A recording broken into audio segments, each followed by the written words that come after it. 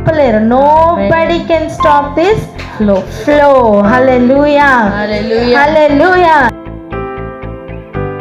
2 కొరింథీయులకు రాసిన పత్రిక, అసలు సౌండే రావట్లే కదరా. కొరింథీయులకు రాసిన 2వ పత్రిక క్లియర్గా ఉంది ఇప్పుడు. Thank you master. హల్లెలూయా. 12వ అధ్యాయం చూద్దాం. 12వ అధ్యాయం 10వ వచనం నుండి 13వ వచనం వరకు చదువుకుందాం. 10 నుండి 13.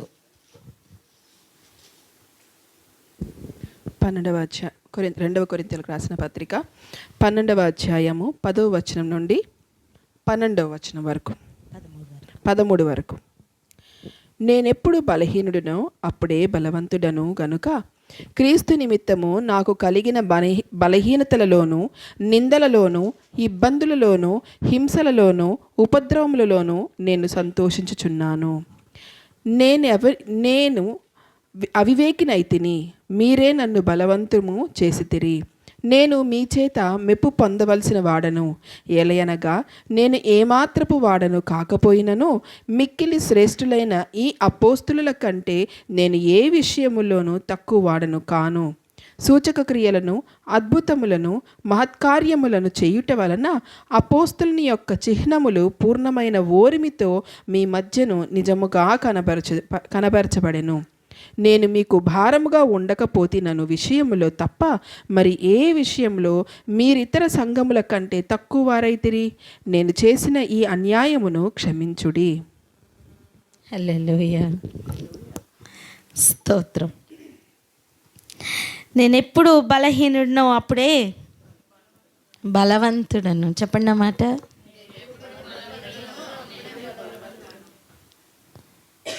అందరు చెప్దాం, మ్యూట్లో ఓపెన్ చేసి అందరు చెప్దాం, నేను ఎప్పుడు బలహీనుడినో అప్పుడే బలవంతుడను అని.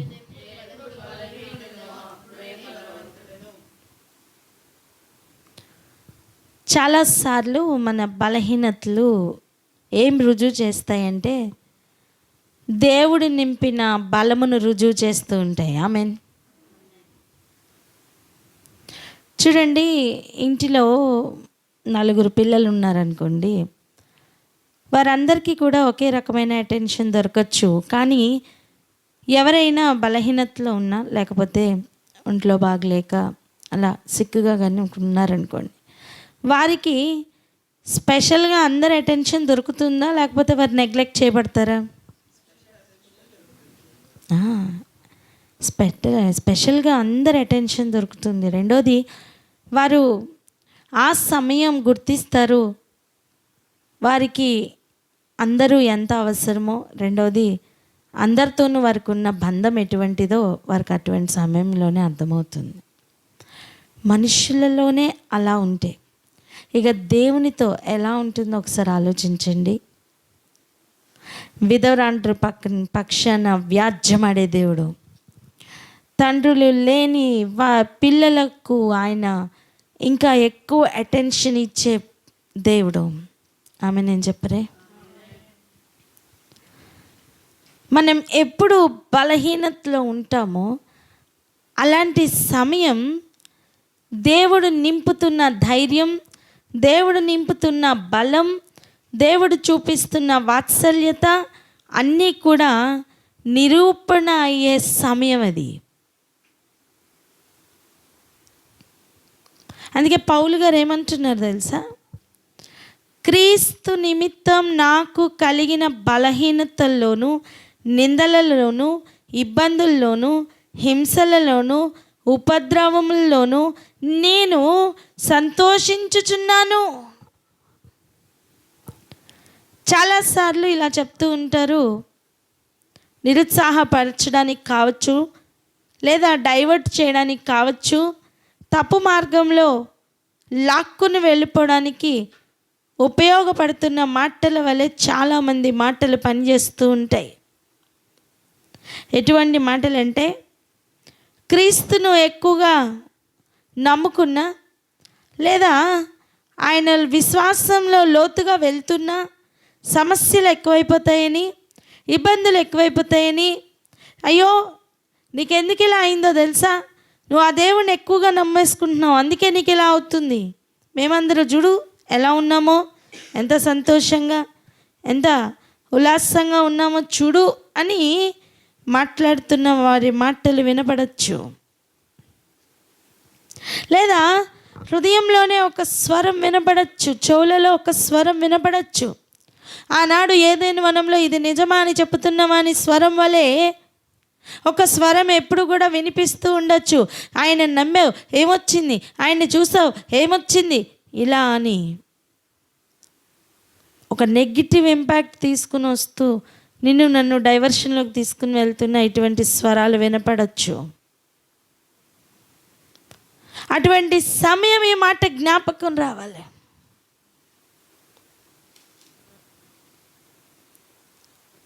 ఆయన ప్రేమను గురించి మాట్లాడడం వేరు, అనుభవించడం వేరు. హల్లెలూయా. విడుదల గురించి మాట్లాడడం వేరు, వినడం వేరు, అనుభవించడం వేరు. ఆయన సన్నిధి గురించి వినడం వేరు, అనుభవించడం వేరు.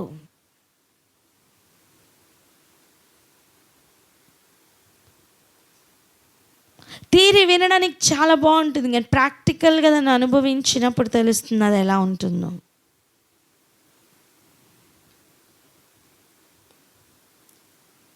కొన్నిసార్లు మనం కొన్ని విషయాల గురించి భయంకరంగా ఉన్నాయని చెప్పేసి, లేదా చాలా బాగుందని చెప్పి మనం కొన్ని మాటలు మాట్లాడుతూ ఉంటాం, కానీ వాటిని నిజంగా అనుభవించినప్పుడు ఒక్కొక్క అనుభవంలో ఉండవా?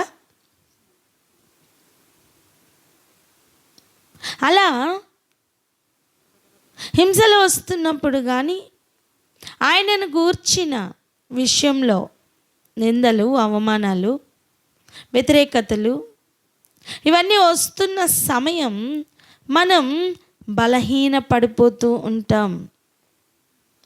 శ్రమ దినమున నువ్వు కృంగిన ఎడల ఏమవుతావు? చేతకాని వాడవవుతావు అని వాక్యం సెలవిస్తుంది. అవును, మనం చేతకాని వాళ్ళమే అవుతాం, కానీ కృంగిపోవద్దు. క్రీస్తునందు బలవంతులై మారాలి. ఎందుకంటే ఆయన నింపుతున్న బలం మనం ఎంటీ అవుతున్న కొద్దీ ఇంకా ఎక్కువ నింపబడుతుంది. ఒక కప్లో ఆల్రెడీ కొంత ఏదైనా స్టఫ్ ఉందనుకోండి, దానిలో నువ్వు యాడ్ చేయాలి అంటే కొంచెమే యాడ్ చేయగలవు. కానీ ఆ కప్ ఎంటీ అయిందనుకోండి, దానిలో ఫుల్ లెంత్లో నువ్వు ఏమి నింపాలన్నా నింపగలవు. ఎగ్జాక్ట్గా అలాగని ప్రతి అపనింద, ప్రతి అవమానం, ప్రతి శ్రమ నీ కప్ని ఎంటీ చేస్తూ ఉంటుంది. ప్రతి బలహీనత కొంచెం ఎంటీనెస్ని క్రియేట్ చేస్తూ ఉంటుంది. ఆ టైంలో ఆయన బలము నింపే సమయం అది. ఆమేన్. అందుకే ఇబ్బందుల్ని చూసినప్పుడు, ఇబ్బందుల్ని అనుభవిస్తున్నప్పుడు ఇక వాటిని చూసే దృష్టి కోణం మారిపోవాలా. ఈ మాట ఆ సమయంలో పలకగలవా? ఈ మాట ఆ సమయంలో పలికితే నేను అంటాను, ఇబ్బందికే ఇబ్బంది స్టార్ట్ అవుతుందని. హల్లెలూయా. హింసలకే హింస స్టార్ట్ అవుతుందండి. ఉపద్రవములకే ఉపద్రవాలు స్టార్ట్ అవుతాయి. ఎందుకు తెలుసా? నిన్ను కుదపాలని, నిన్ను ఇబ్బంది పెట్టాలని, నిన్ను హింసించాలనే చుట్టూ పరిస్థితులు వస్తున్నాయి, కానీ వాటి వల్ల కావట్లా. అప్పుడు ఏమవుతుంది? అవి ఎక్కడో దగ్గరికి డిస్ప్లేస్ అవ్వాలి. మీకు జ్ఞాపకం ఉందా? గదరేనీయుల దేశం ఇటువంటి ప్రాంతాల దగ్గరికి వెళ్తున్నప్పుడు అద్దరికి చేరదామని చెప్పిన తర్వాత, వెళ్ళిన తర్వాత సమాధుల్లో నుంచి వచ్చిన ఆ వ్యక్తులలో నుండి మాట్లాడుతున్నాయి కొన్ని దయ్యాలు.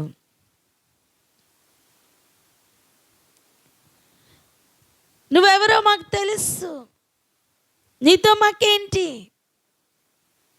ఎందుకు మమ్మల్ని అప్పుడే నశింపచేయడానికి వచ్చావా?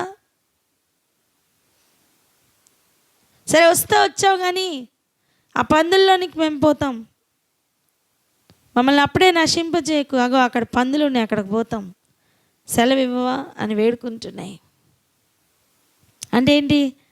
ఇక్కడ కాకపోతే అక్కడికి డిస్ప్లేస్ చేయడానికి అక్కడికి వెళ్తాం అని అవి వచ్చిన పనిని అవి కంప్లీట్ చేయడానికి ఈ ప్రాణం కాకపోతే ఆ ప్రాణాలు కావాల్సి వచ్చినాయి. నేనేమంటున్నానంటే, నిన్ను ఇబ్బంది పెట్టడానికి వచ్చిన ప్రతి ఇబ్బంది ఇప్పుడు నిన్ను పెట్టలేకపోతున్నాయి కనుక ఆ ఇబ్బంది వాటికి ఎఫెక్ట్ అవుతాయి అంటున్నా.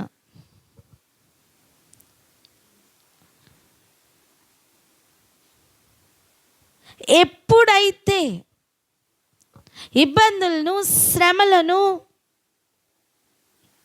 నిందలను, ఉపద్రవములను, కష్టములను వీటిని చూసి కృంగిపోతావో, చేతకాని వాడిగా తయారవుతావో, అప్పుడు అవి వచ్చిన పని అయినట్టు. అవి వచ్చిన పని అవి చేసి ముగించినట్టు. కానీ అవి వచ్చిన పని ఫెయిల్ అవ్వాలంటే ఆ ఏరియాలో మనం సంతోషంగా ఉండాలి. ఆమెన్. ఇబ్బంది కలుగుతున్న ఎవరైనా సంతోషంగా ఉండగలరా? ఉండలేరు కదా. లేకపోతే అది ఏమవుతుంది? వేషధారణం, లేకపోతే భరిస్తున్నట్టు యాక్టింగ్ అవుతుంది. అలా కాకుండా నువ్వు నిజంగా ఈరోజు నుంచి ఇది అనుభవించి చూడాలా. ఆమెన్. మనం ఎప్పుడు బలహీనంగా ఉంటామో ఆ సమయంలో ఆయన నింపుతున్న ఆ బలాన్ని రుచి చూసి చూడు. ఏ ఏ పరిస్థితులు అయితే ఇబ్బంది పెట్టడానికి వచ్చినవన్నీ సిగ్గుపడతాయండి. ఆమెన్. ఏ ఏ పరిస్థితులు, ఏ ఏ సంఖ్యలు పట్టుకుని వచ్చాయో నేను అంటాను, ఆ సంఖ్యలు వాటి కాళ్ళు చేతులకే తగులుకుంటాయి. నీకు వేద్దామని వచ్చిన ఉరి వానికే ఉరిగా మారుతుంది.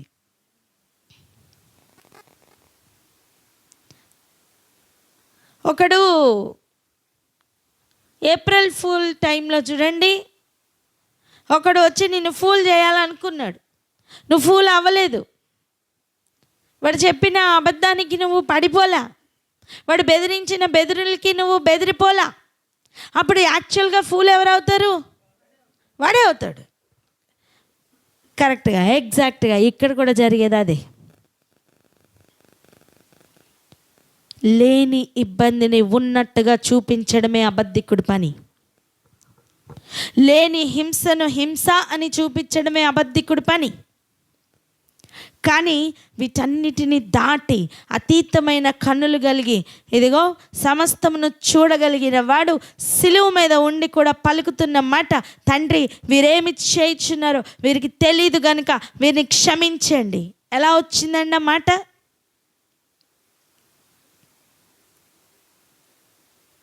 తనని ఇన్ని దినాలుగా వెంటాడుతూ, పన్నాగాలు పన్నుతూ, పగలు పెంచుకుంటూ, లేనిపోని చెడ్డ మాటలన్నీ మాట్లాడుతూ, బయలుజబ్బూబు పట్టిందని చెప్పి నీచాతి నీచంగా మాట్లాడుతూ, ఆయనకి ఇవ్వవలసిన గౌరవం ఇవ్వకుండా, నిందల అవమానాలను ఆయనకు కొని తెచ్చి, ఆయన పేరంతా కూడా పాడు చేసి, దూషించి, కొట్టి, తిట్టి, చెంపల మీద కొట్టి, ఉమ్ము ఊసి,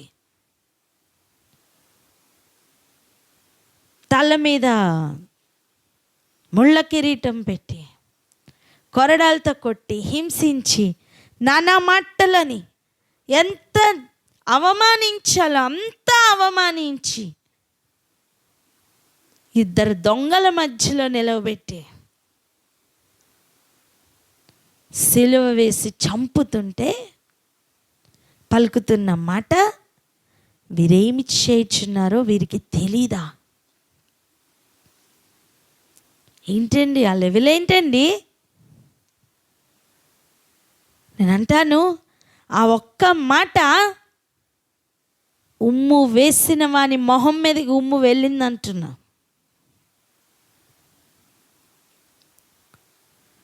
పొడిచిన వాడు ఫిజికల్గా పొడిచాడేమో కానీ నిజానికి వాడు పొడవబడ్డాడు.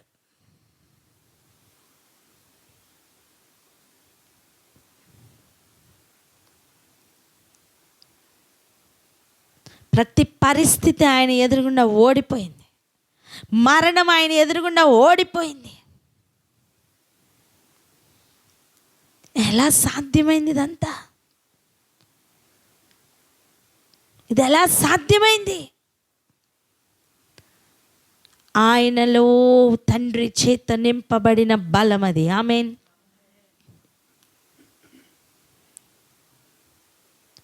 గ్రహింపండి, శ్రేష్టమైన వివేకం, శ్రేష్టమైన వివేకం. ఒక్కొక్క పరిస్థితిని చూస్తున్నప్పుడు కదిలిపోతున్నవే, చిన్న చిన్న విషయాలకు కూడా ఇష్టం వచ్చినట్టు నోరిప్పి మాట్లాడుతున్నవే, నోటికి ఎంత వస్తే అంత తెగిస్తున్నావు కదా మాట్లాడడానికి. ఒక్కసారి ప్రభువుని చూసి నేర్చుకుందామా?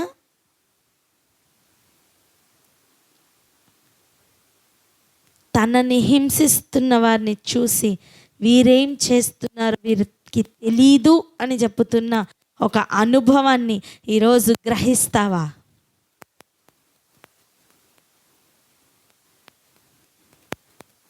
ఇక్కడ ఆగి ఒకసారి ప్రార్థన చేద్దాం. ఆయన శ్రమ పడకుండా మనకి మాటలు చెప్పట్లా. ఆయన నింద అనుభవించకుండా. చాలామంది ఇలా అంటాం, మీకేం తెలుసండి, నాకు వచ్చిన బాధ మీకు వస్తే మీకు అర్థమవుతుంది అంటాం.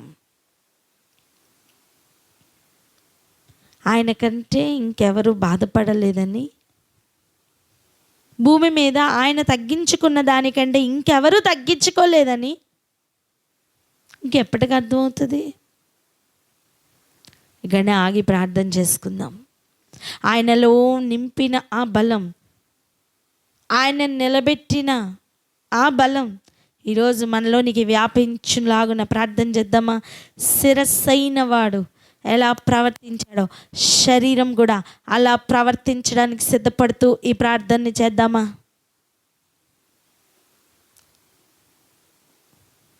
ప్రార్థన అందుకోండి. హల్లెలూయా. స్తోత్రములు రాజా, స్తోత్రములు తండ్రి, మహోన్నతుడా నీకు వందనాలు, స్తోత్రములు చెల్లించుకుంటున్నాము ప్రభువా. యేసయ్యా మీకు స్తోత్రములు తండ్రి.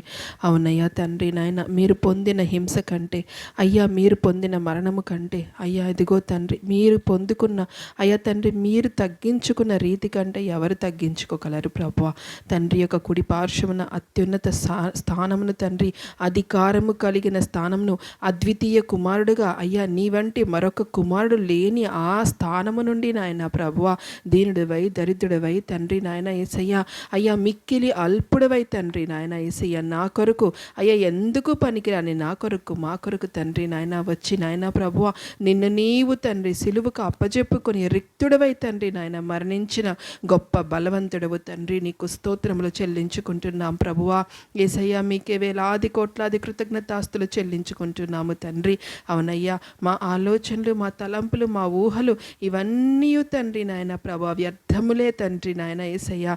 అవును తండ్రి, ఇటువంటి వ్యర్థులమైన మా కొరకు తండ్రి నాయన నిన్ను నీవు తగ్గించుకొని తండ్రి నాయన యేసయ్య ప్రభువా, బలహీనులను బలవంతులుగా చేయుటకు తండ్రి నాయన యేసయ్య, అయ్యా పాపులను పవిత్రులుగా చేయుటకు తండ్రి, పరిశుద్ధులుగా చేయుటకు తండ్రి మా కొరకు వచ్చిన దేవా నీకు వందనాలు, స్తోత్రములు చెల్లించుకుంటున్నాం ప్రభువా.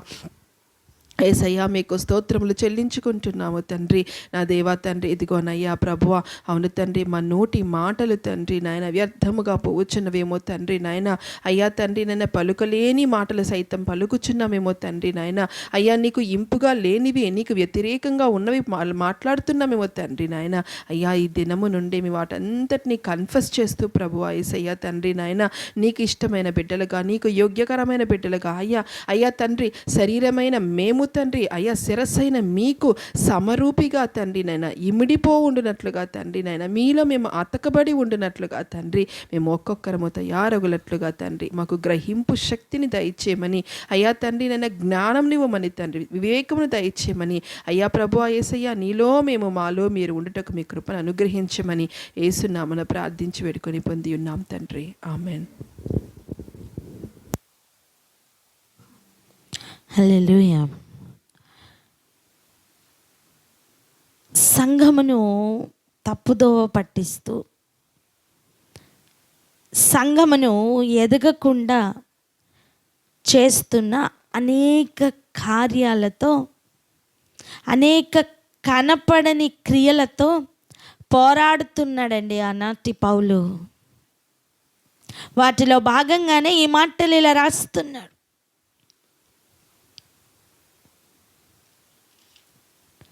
ఒక బిడ్డ ఎలాగైతే పుట్టడం కాదు ఎదగడం ముఖ్యమో, పుత్రుడు పుట్టినప్పుడు కాదు వాడు ఎదిగి పెరిగి ప్రయోజనకరుడైనప్పుడు నిజమైన సంతోషమని ఎలా అయితే చదువుకున్నామో విన్నామో, అలాగనే సంఘంగా ఏర్పడడం కాదు, పుట్టడం కాదు, క్రీస్తులోనికి రావడం మాత్రమే కాదు, అందులో ఎదుగుదల పొంది నిజముగా ఎదుగుదల పొందినప్పుడు నిజమైన సార్థకత ఉంటుంది. అలా ఆ ఎదుగుతున్న ఆ స్థితిలో వస్తున్న అనేక డైవర్షన్స్ని బట్టి పోరాడుతూ నలిగిపోతూ పోరాడుతూ మాట్లాడుతున్నారండి పౌలు. ఆ లోపల ఉన్న ఆవేదనను కొంచెం అర్థం చేసుకుందాం. వాటిని బట్టే గడిచిన వారం కూడా మనం చదువుకున్నాం.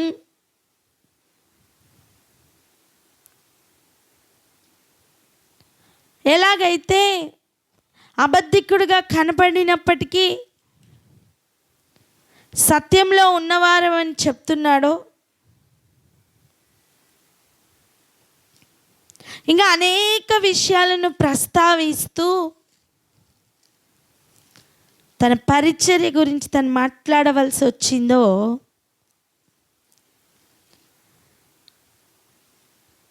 వాటన్నిటి విషయాలను ఇంకా ఇంకా డీటెయిల్డ్గా తన బాధను వ్యక్తపరుస్తూ మాట్లాడుతున్న అధ్యాయాలు ఇవి. చూడండి, ఆయన ఇంకా మాట్లాడుతున్న కొన్ని మాటలను చూడండి.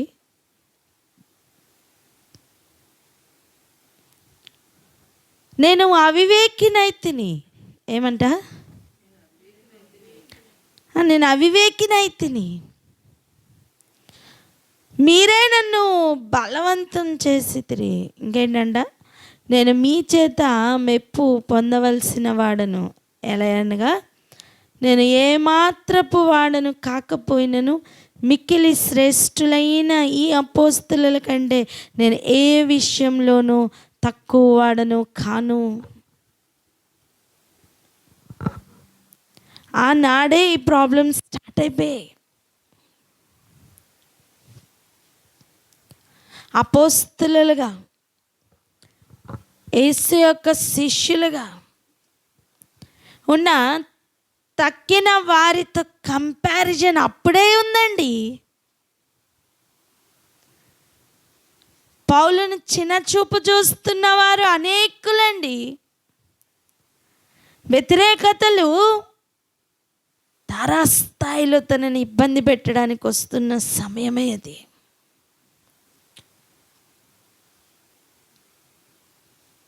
ఎక్కడ అడుగు పెడుతున్నా అక్కడ వ్యతిరేకతలు. మేలు చేద్దామని ముందుకు వెళ్తుంటే కీడుతో దాడి జరుగుతూనే ఉంది.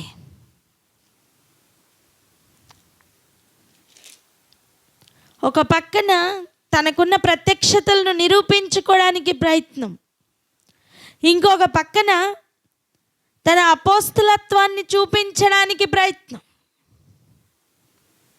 ఇంకొక పక్కన తను చేస్తున్న పరిచర్యను కూడా ఎక్స్ప్లెనేషన్ ఇచ్చే స్థాయిలో ఆ రోజు సంఘం పౌలు గారిని నిలబెడుతున్నారండి. అలాంటి ఎదగని స్థితిలో ఈరోజు సంఘం ఉండకూడదు అంటున్నా నేను.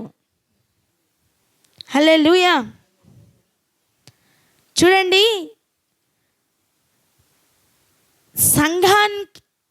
సంఘాలతో ప్రభు మాట్లాడేటప్పుడు ప్రకటన గ్రంథానికి ఒకసారి వెళ్దాం రండి.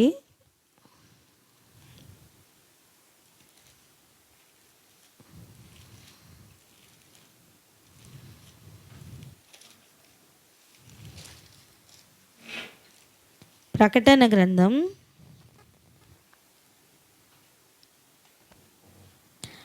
2వ అధ్యాయం తీయండి. 2వ అధ్యాయం చదవండి. 2వ వచనం.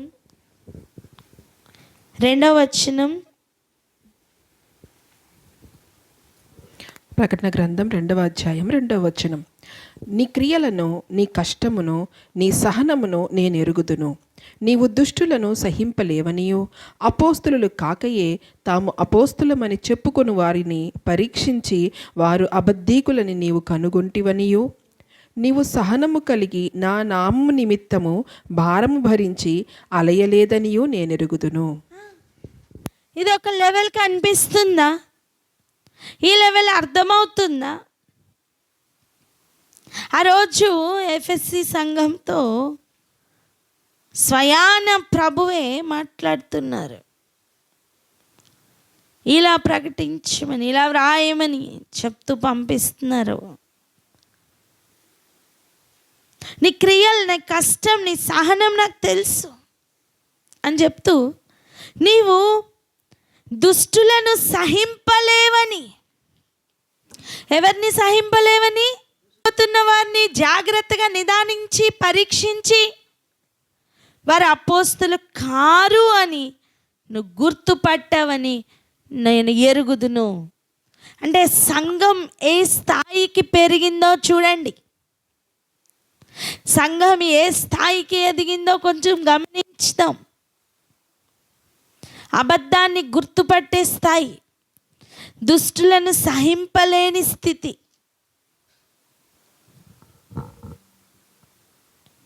వీటన్నిటి మధ్యలో మొదటి ప్రేమను కూడా కోల్పోయిన స్థితి.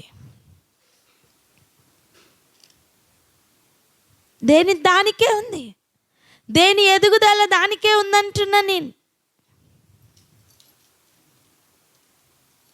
అమ్మా, నువ్వు ఈరోజు రాత్రి మంచి విందు తయారు చేయాలని విందుకు అందరినీ పిలిచావు.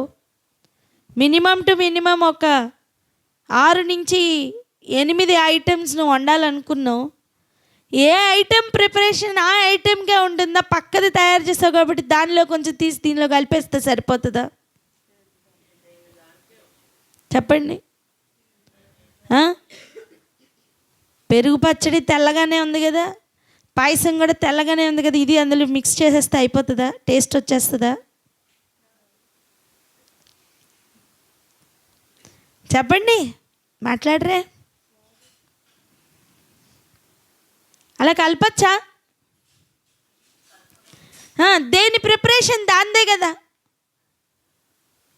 దేని ఫినిషింగ్ దాందే కదా. ఏదైతే ఏముంది, 2 ఫినిషింగే కదా అని పెరుగు పచ్చడిలో జీడిపప్పు, పాయసంలో కొత్తిమీర వేస్తావా? చెప్పరే.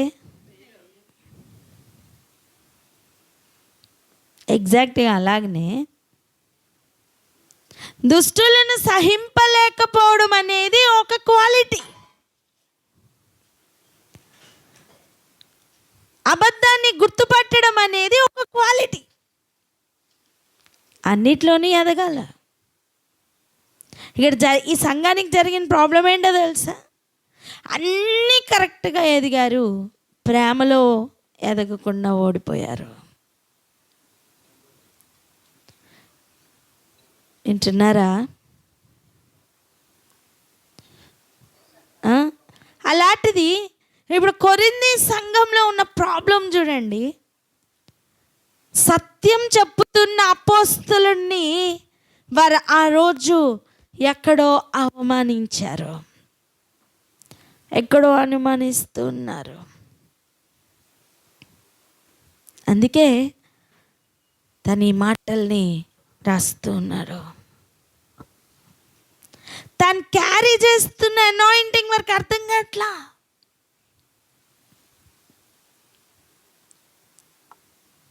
తాను వివరించి చెప్పుతున్న ఆ వివేకపు మాటలు అవివేకపు మాటలుగా వారికి కనిపిస్తున్నాయి.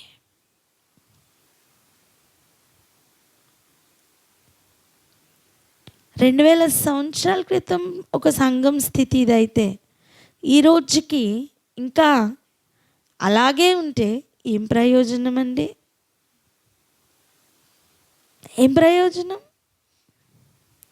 ఎందుకండి ఈ రోజుల్లో జాబ్స్ ఇవ్వాలంటే ఏమీ కాకుండా ఫ్రెషర్స్కి ఉన్న అనుభవం వేరు, కానీ ఒక 15 years 20 years అలా అనుభవం ఉన్నవారికి శాలరీ ప్యాకేజ్ ఎందుకంటే ఎక్కువ ఇస్తారు? వాళ్ళ అనుభవ జ్ఞానం ఎంతో గొప్పది కనుక. పని చేసేది ఇద్దరు ఒకటే. ఒక ఫ్రెషర్ అంతే పని చేస్తారు, అదే పని చేస్తారు. 15 years ఎక్స్పీరియన్స్తో వచ్చిన వ్యక్తి కూడా అదే సమయానికి అదే పని చేయాలి. కానీ జీతం మాత్రం వేరియేషన్ ఉందా లేదా? చెప్పరే, ఉందా లేదా? ఆన్లైన్లో ఉన్నవారు మాట్లాడాలి, ఉందా లేదా? అయ్యో ఉదయకాల సమయం అంటే నిద్రపోతారు, ఇప్పుడు కూడా నిద్రపోతున్నారా? నిద్రపోవట్లేదని చెప్పండి.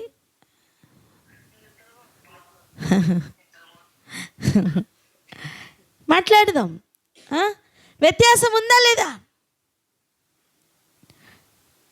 అలా 2000 సంవత్సరాల నుంచి సంఘానికి అనుభవ జ్ఞానం పెరిగింది.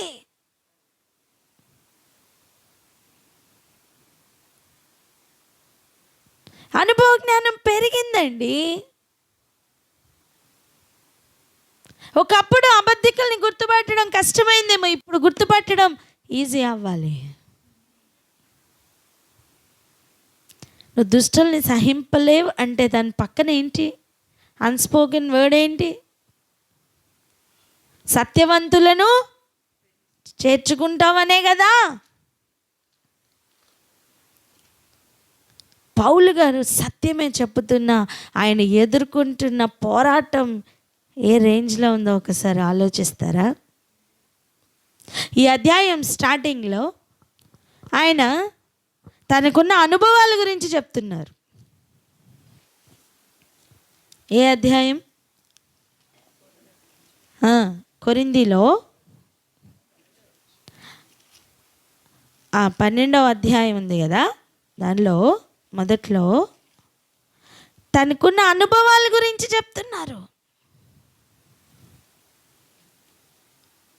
చూద్దాం రండి ఒకసారి ఆయన అనుభవాలు ఎంత గొప్పగా ఉన్నాయో. చదవండి 12వ అధ్యాయం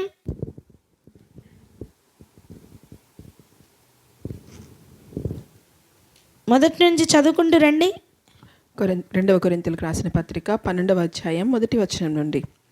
అతిశయపడుట నాకు తగదు గాని అతిశయపడవలసి వచ్చినది. ప్రభువు దర్శనములను గూర్చియు ప్రత్యక్షతలను గూర్చియు చెప్పుదును. క్రీస్తునందున్న ఒక మనుషుని ఎరుగుదును. అతడు 14 సంవత్సరముల క్రిందట 3వ ఆకాశమునకు కొనిపోబడెను. అతడు శరీరంతో కొనిపోబడెను, నేను ఎరుగను. శరీరము లేక కొనిపోబడెను, నేను ఎరుగను. అది దేవునికే తెలియను. అట్టి మనుషుని నేను ఎరుగుదును. అతడు పరదైసులోనికి కొనిపోబడి వచింప సఖ్యము కాని మాటలు వినెను. ఆ మాటలు మనుష్యులు పలకకూడదు. అతడు శరీరముతో కొనిపోబడెను, శరీరము లేక కొనిపోబడెను, నేను ఎరుగను. అది దేవునికే తెలియను. అట్టి వాని గూర్చి అతిశయింతును. నా విషయముతోనో నా బలహీనత ఎందే కాక నేను వేరు విధముగా అతిశయింపను. అతిశయపడుటకు ఇచ్చయించినను నేను సత్యమే పలుకుదును గనుక అవివేకిని కాకపోదును గాని నా యందు ఎవడైనను చూచిన దాని కన్నను నా వలన వినిన దాని కన్నను నన్ను ఎక్కువగా ఘనముగా ఎంచునేమో అని అతిశయించుట మానుకొనుచున్నాను. నాకు కలిగిన ప్రత్యక్షతలు బహు విశేషముగా ఉన్నందున నేను అత్యధికముగా హెచ్చిపోకుండా నిమిత్తము నాకు శరీరంలో ఒక ముళ్ళు, నేను అత్యధికముగా హెచ్చిపోకుండా నిమిత్తము నన్ను నలుగగొట్టుటకు సాతాను యొక్క దూతగా ఉంచబడెను. అది నా యొద్ద నుండి తొలగిపోవలనని దాని విషయమై ముమ్మారు ప్రభువును వేడుకొంటిని. అందుకు నా కృప నీకు చాలును, బలహీనత యందు నా శక్తి పరిపూర్ణమగుచున్నదని ఆయన నాతో చెప్పెను. కాగా క్రీస్తు శక్తి నా మీద నిలిచియుండు నిమిత్తము విశేషముగా నా బలహీనతల యందే బహు సంతోషముగా అతిశయపడుదును. హల్లెలూయా. హల్లెలూయా. ఆయన అనుభవాల గురించి ఆయన చెప్పుతున్న మాటలు చూడండి, ఎంత విశేషమైన అనుభవాలండి. ఆయనట అతిశయపడుటకు ఇచ్చయించినను నేను సత్యమే పలుకుదును గనుక అవివేకిని కాకపోదును గాని నా యందు ఎవడైనను చూచిన దానికన్నను నా వలన వినిన దానికన్నను నన్ను ఎక్కువ ఘనముగా ఎంచునేమో అని అతిశయించుట మానుకొనుచున్నాను.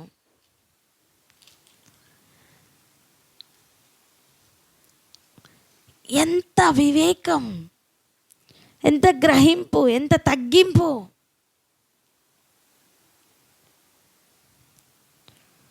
వీటన్నిటి మధ్యలో తనకున్న గుచ్చడానికి ఒక ముళ్ళు, తను ఆ ముళ్ళును కూడా ఎలా తీసుకుంటున్నాడు, నేను హెచ్చిపోకుండా నిమిత్తం అంటున్నాడు.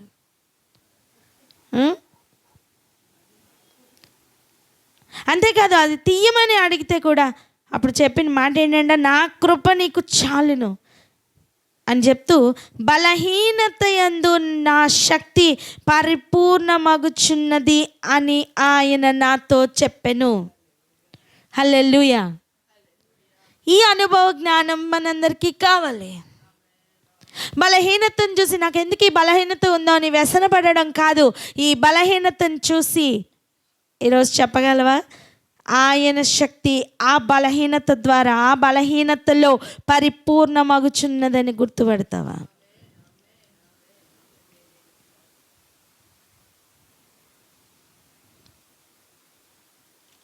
ఫస్ట్ మన సైట్ మారాలా, మనం చూసే విధానం మారాలా, మన ఆలోచన విధానం మారాలండి.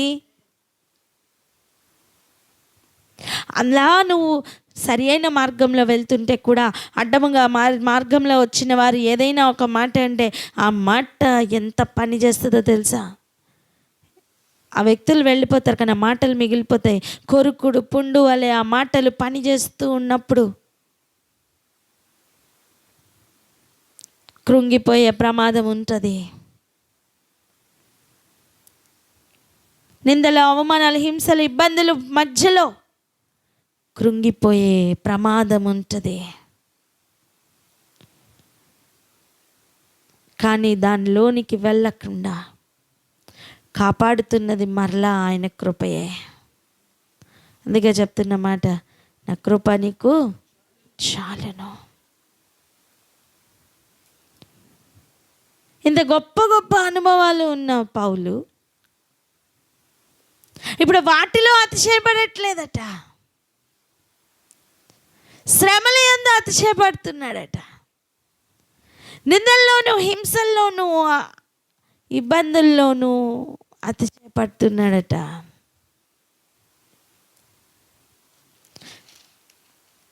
ఇంకెవరు బీట్అవుట్ చేయగలరండి ఆయన్ని? హల్లెలూయా. అర్థమవుతుందా? ఈరోజు నా అతిశయం దేనిలో ఉంది నాన్న? దేన్ని చూసి అతిశయపడుతున్నావు?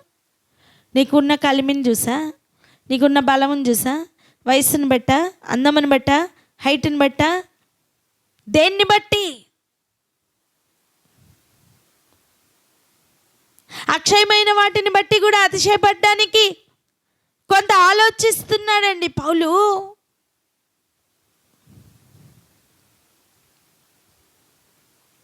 ఆయన చెప్తున్న మాట చూడండి, అతిశయపడుటకు నాకు తగదు కానీ అతిశయపడవలసి వచ్చినది.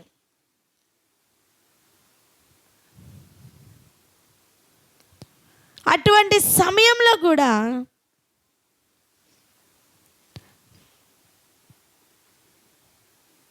నా బలహీనత యందు నేను సంతోషముగా అతిశయపడుతును అంటున్నాడు.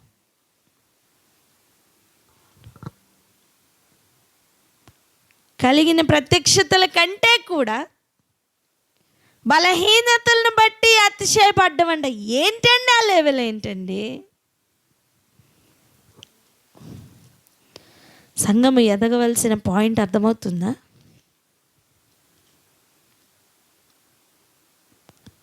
ఏ కార్నర్లో ఇంకా ఎదగాలో అర్థమవుతుందా? చెప్పాలి. అర్థమవుతుందా లేదా చెప్పాలి. ఇప్పుడు మనం ఉంటున్న లెవెల్ సరిపోదు అంటున్నా నేను. విడిచిపెట్టి ఎదుగుదాం. దయచేసి అర్థం చేసుకుందాం. నిందలను అవమానాలన్నింటినీ చూస్తున్న కోణం మారునుగాక. వాటిలో దేవుడు నింపుతున్న ఆయన శక్తిని చూచు కన్నులు ప్రతి ఒక్కరికి కలుగునుగాక. ప్రార్థన చేసుకుందాం అందరం. అక్క మీకు వీలవుతుందా?